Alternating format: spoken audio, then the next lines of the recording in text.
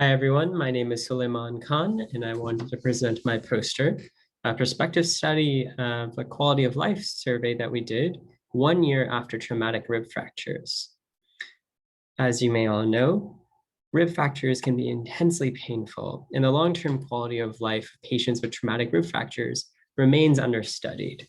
We performed a 1 and 3 month follow-up of a cohort of rib fracture patients at Stanford, and we found that the quality of life remains suboptimal across both 1 and 3 month time periods after a traumatic rib fracture. We therefore hypothesized that traumatic rib fracture patients may experience impaired quality of life up to 1 year after discharge. In terms of our methods, we enrolled patients above the age of 18 between July 2019 and January 2020 at our level 1 trauma center at Stanford. Quality of life 1 year after discharge was assessed using the revised trauma quality of life questionnaire and 17 additional questions that we designed. The revised trauma quality of life questionnaire is a validated tool to assess quality of life outcomes in trauma settings. 3 quality of life domains were therefore then graded on a 5-point Likert scale, 1 being the worst possible quality of life and 5 being optimal.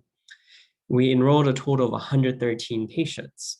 And by our 1 year follow-up, we had 73 patients provide information to us, therefore a 65% follow-up.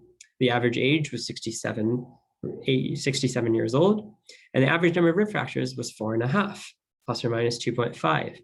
The average injury severity score was moderate at 12.1, and we found that 37% of our patients that were enrolled only had isolated rib fractures. And therefore, it would be interesting to see if patients with only isolated rib fractures had different outcomes than any patients with rib fractures in a trauma setting that were enrolled in our survey. Of note, we found that nearly 40% of patients still experience persistent chest wall pain up to 1 year after rib fractures, and a small percentage required opioid analgesia of 4%.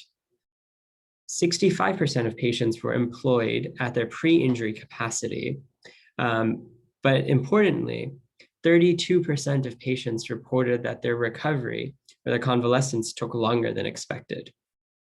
In this figure shown here below, we can see the 3 quality of life domains that we were assessed using the RTQOL. This included physical recovery, functional engagement, and emotional well-being. 1 on this graph represents the worst quality of life, and 5 represents optimal quality of life. And we found that patients, even with only isolated rib fractures, experienced suboptimal physical recovery up to 1 year after rib fracture, though scored highly in both functional engagement and emotional well-being. In conclusion, we found that patients with traumatic rib fractures report persistent chest wall pain up to 1 year after discharge, and nearly a third reported that it took longer than they expected. And per our quality of life questionnaire, we found that even isolated rib fractures conveyed significant impacts on physical well-being and ability to feel that you are back to your baseline. And of note, the emotional well-being and the ability to perform these daily activities is closer to an optimal level, which is highly encouraging that patients are resilient at the 1 year time point, more so than our 1 and 3 month outcomes that we found, where emotional well-being and functional impairment were impaired as well. Taking all this information together, we can see that there needs to be more research done assessing long-term quality of life outcomes for patients with these traumatic rib fractures. This can not only be useful to inform convalescence for patients to really know how long is it going to take for me to recover, but also to develop better pain management strategies, both in the short term once the fracture actually occurs, but also long-term, what can we do for patients to be able to feel back to their physical baseline? Thank you so much.